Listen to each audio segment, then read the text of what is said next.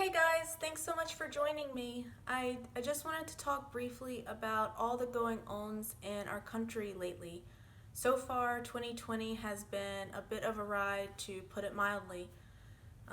We have some real profound and serious things that have happened, are still happening, and likely will continue to happen.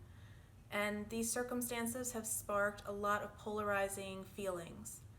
I started this channel very recently, and I did it in hopes of being creative and spreading some positive impact while waiting on my horse farm rehab goals to come to fruition.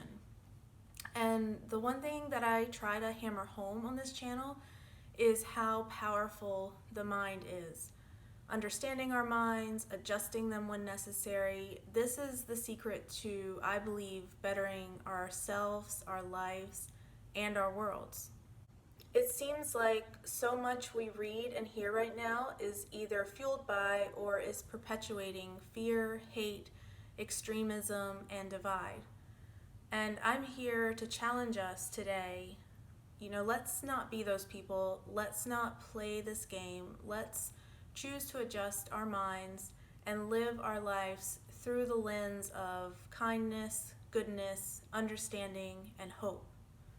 We need to be accountable for what we think, what we say, and what we perpetuate. I have two quick points. So, the first one is information exchange. We have to have a healthy skepticism of information, and we need to demand credible sources before accepting something as fact.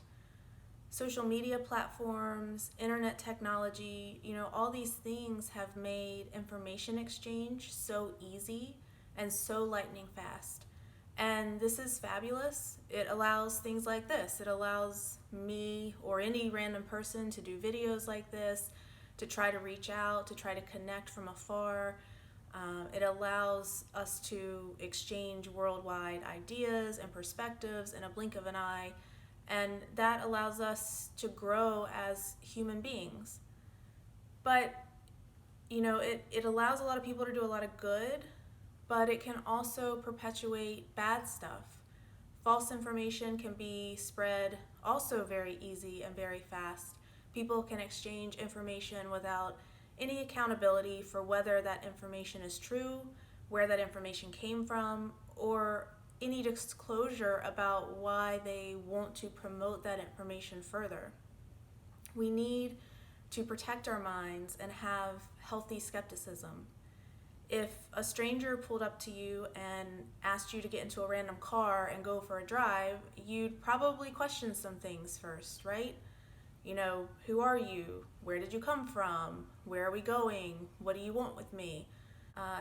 We would ask those questions before just getting in a stranger car, and we should protect our minds in the same way that we aim to protect our physical being.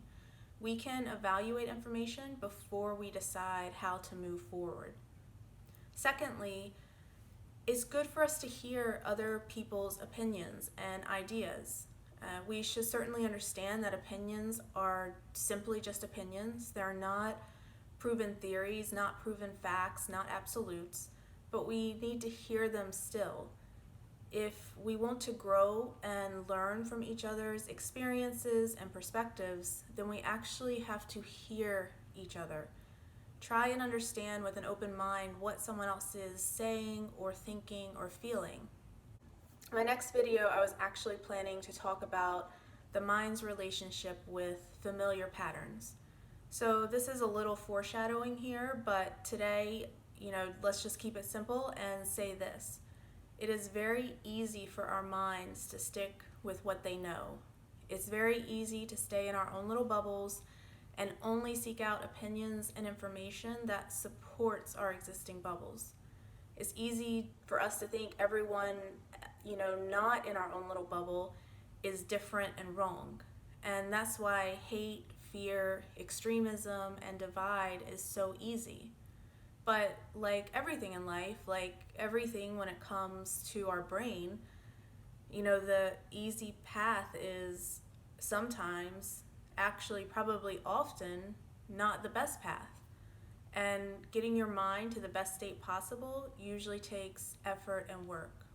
We can't allow our minds to shut off just because someone else's thoughts or ideas don't confirm our own existing opinions or biases.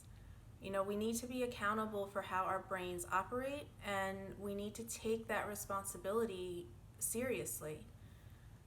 We need to challenge what we think we know, challenge ourselves to look at something from a new perspective, challenge ourselves to, above all, promote kindness and compassion, even towards things that are outside our existing bubbles. When you simplify it down, we are all actually very similar. Living things just want to exist in the best way they know how. We instinctually just want to live our lives, have shelter, have food, have safety, pursue what makes us happy, and steer clear of what doesn't. Yes, life is complex, and this world is certainly very complex, but when you break it down, we are all much more similar than we sometimes want to recognize. Division and aversion is certainly easy for our brain, but we don't have to take the easy way out. We can strive towards something better, and we can be something better, and we can live in a better way. All right, everyone. Thanks for hearing all of my very own humble thoughts and opinions, and I hope that you please stop by next week, subscribe if you aren't already, and let's all pray that these uncertain times leads to some positive changes for our country. All right, we'll talk again soon. Thanks.